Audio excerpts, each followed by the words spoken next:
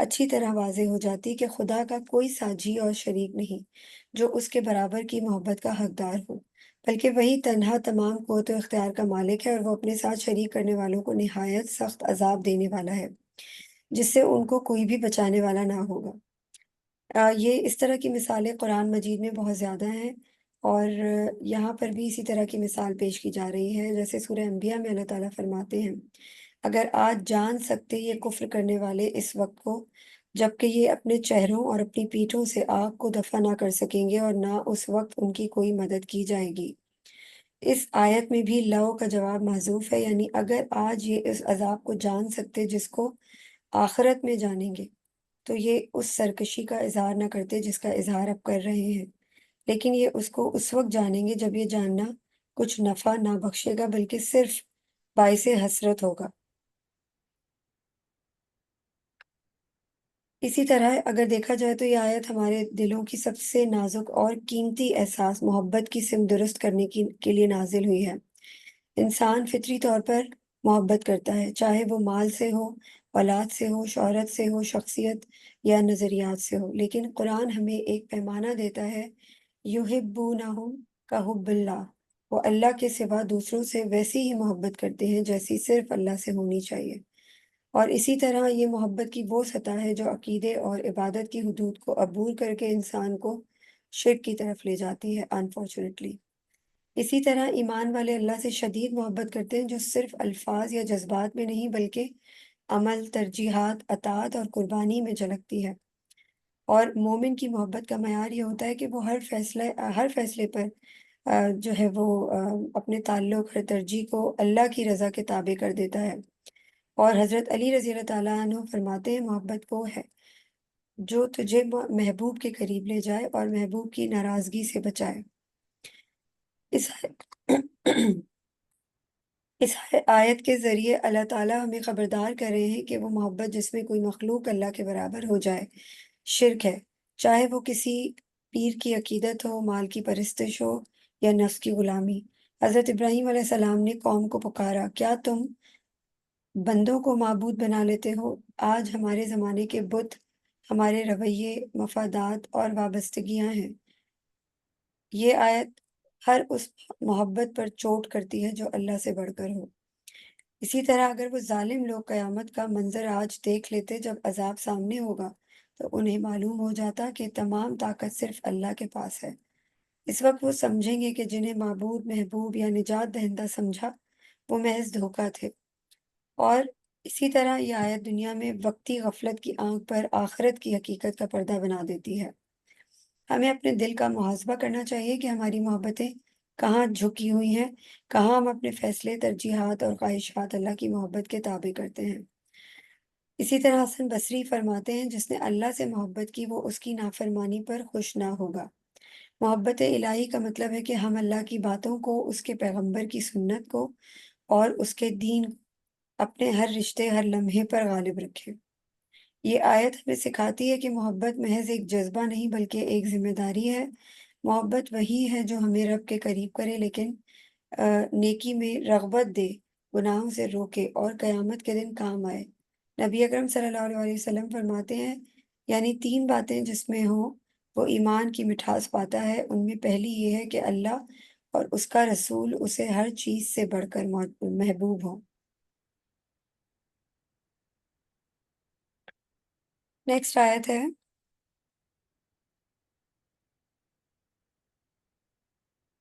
استبرأ الذین اتبعوا من الذین اتبعوا ورأوا العذاب وتقطعت بهم الاسباب۔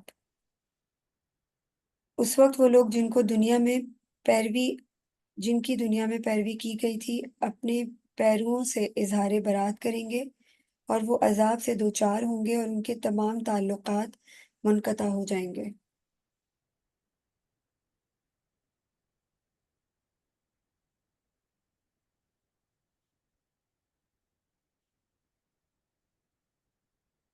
اس آیت میں اسی عذاب کی بات ہو رہی ہے کہ جس میں یہ خدا کا شریک اور ہمسر جن کو ٹھہراتے ہیں اور جن سے اس طرح محبت کر رہے ہیں جس طرح خدا سے محبت کرنی چاہیے، جب عذاب آخرت ظاہر ہوگا تو یہ اپنے ان جانثاروں اور پیروں سے صاف صاف اظہار برات کر دیں گے، اور اس عذاب سے بچانے میں ان کے کچھ کام نہ آئیں گے جو ان کے سر پر آ کھڑا ہوگا۔ سبب کی جمع ہے جس کے اصلی معنی رسی کے ہیں، پھر یہیں سے اس کے اندر تعلق اور تعلق پیدا ہو جاتا ہے، اور اسباب اور وسائل کا مفہوم پیدا ہوا، اور پھر مزید وسعت پا کر کسی شے کے متعلق اور اطراف کے لیے بھی اس کا استعمال ہونے لگا۔ چنانچہ قرآن میں اسباب السماء کی ترکیب استعمال ہوئی ہے، یعنی مطلب یہ ہے کہ ان مشرکین نے جن لوگوں کو شریک اور اپنا سمجھ کر ان کے ساتھ تعلقات اور محبت قائم کر رکھے ہیں، ایک دن ان کے ان تعلقات کے تمام تر جو امیدیں ہیں اور محبتیں وہ سب بکھر جائیں گی، اور یہ ایک دوسرے پر لعنت بھیجیں گے۔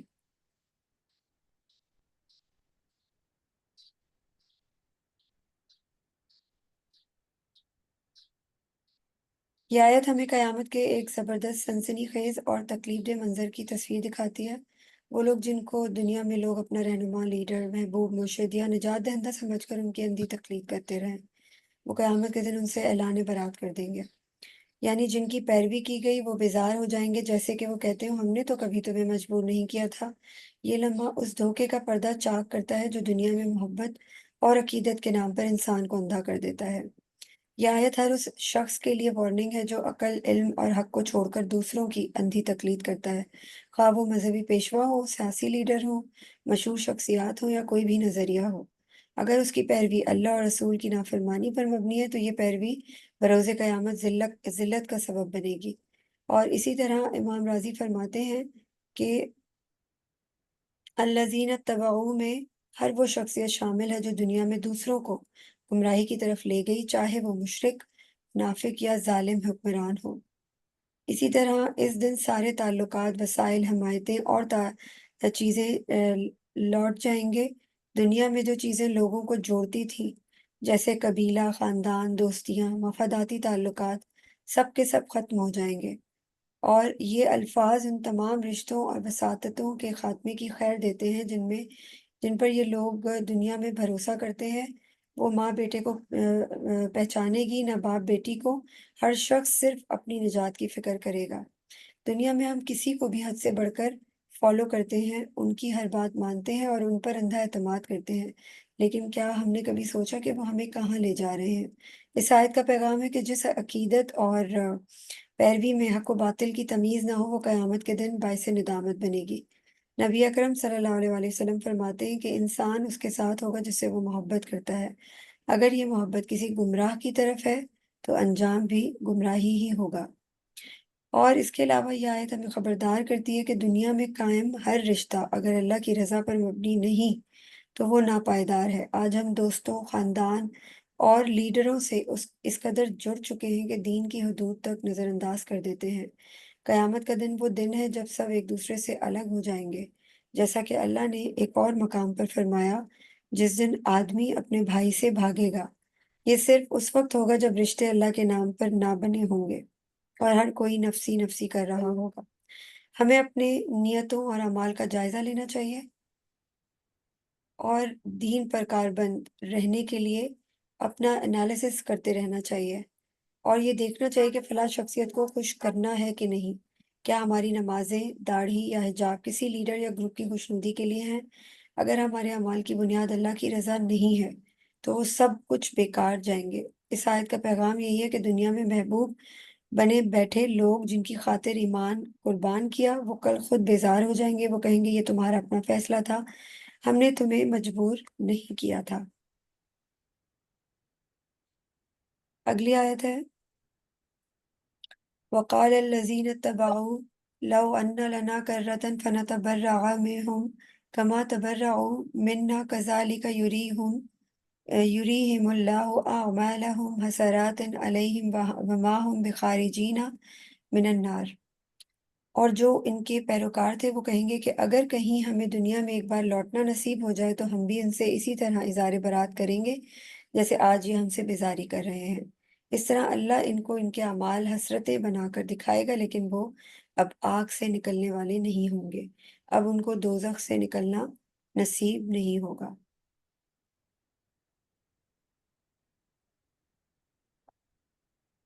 یعنی مطبوعین کے بعد اب یہ تابعین کا رد عمل بیان ہو رہا ہے کہ جب پیرو دیکھیں گے کہ جن کو انہوں نے خدائی کا درجہ دیا اور زندگی بھر جن کو اپنی تمام محبتوں اور نیاز مندیوں کا سزاوار جانا، وہ اس سب سے مشکل وقت میں اس طرح اظہار بیزاری کر رہے ہیں، تو وہ بھی نہایت حسرت کے انداز میں کہیں گے کہ کاش ہمیں ایک بار پھر دنیا میں جانا نصیب ہو کہ ہم بھی ان سے اسی طرح اظہار بیزاری کر سکیں، جس طرح انہوں نے ہم سے اظہار بیزاری کیا۔ لیکن ان کی یہ حسرت حسرت ہی رہے گی جس عذاب میں وہ پڑ چکے ہوں گے، اس سے ان کو نکلنا نصیب نہ ہوگا۔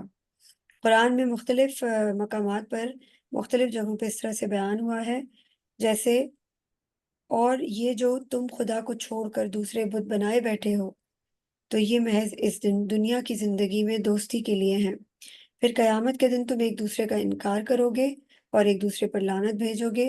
وہ کہیں گے اے ہمارے پروردگار، ہم نے اپنے سرداروں اور لیڈروں کی بات مانی تو انہوں نے ہمیں راستے سے بھٹکایا۔ اے ہمارے پروردگار، ان کو دگنا عذاب دے اور ان پر بڑی لعنت کر۔ دنیا کے دوست اس دن سب ایک دوسرے کے دشمن ہوں گے، صرف متقی اس سے مستثنیٰ ہوں گے۔ یہاں یہ جو فرمایا ہے کہ ان کے اعمال اللہ تعالیٰ ان کو سرمایہ حسرت بنا کر دکھائے گا، تو اس سے مراد ہمارے نزدیک ان کی وہ وفاداریاں اور قربانیاں ہیں جو ان مشرکین نے اپنے ان باطل معبودوں یا اپنے ان گمراہ کرنے والے سرداروں اور لیڈروں کے لیے کی ہوں گی۔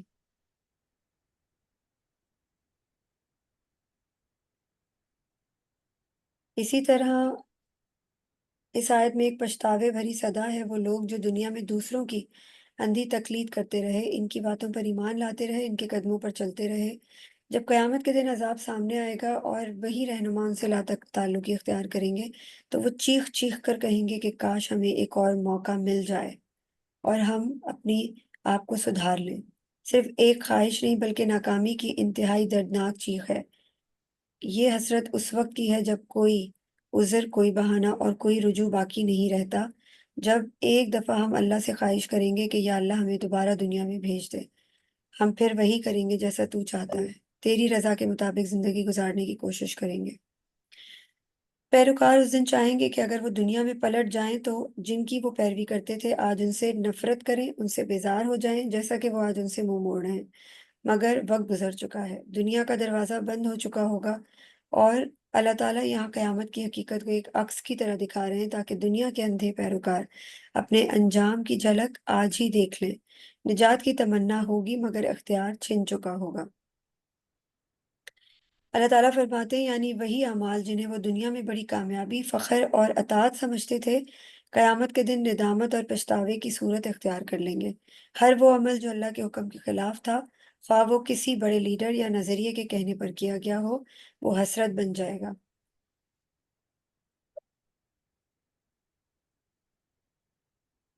اسی طرح یہ جملہ وما ہم بخارجین من النار، یہ وہ جملہ ہے جس سے ہر حساس دل کانپ اٹھتا ہے۔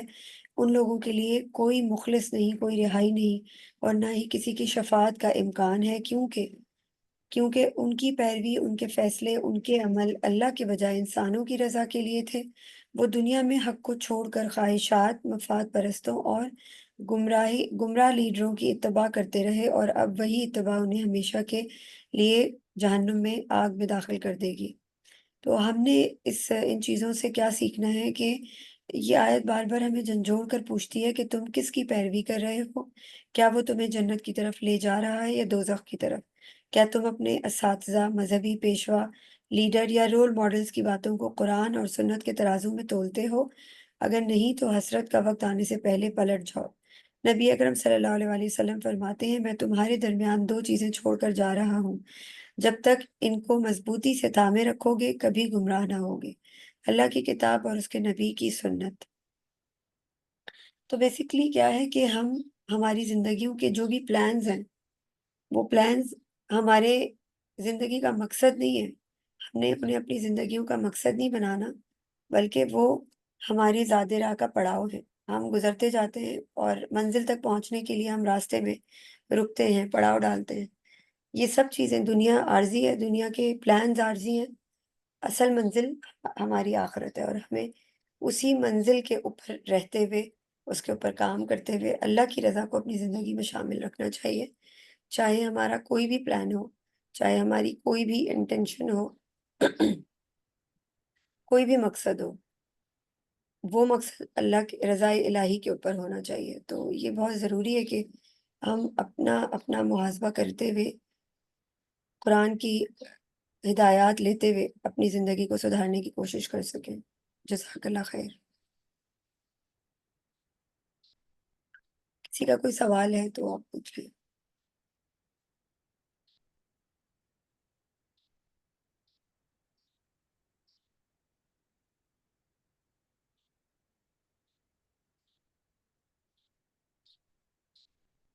کسی کا کوئی سوال نہیں ہے؟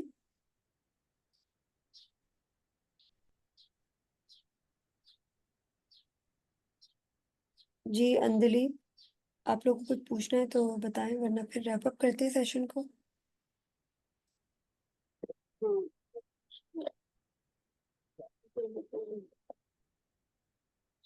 کیا کہہ رہی ہیں؟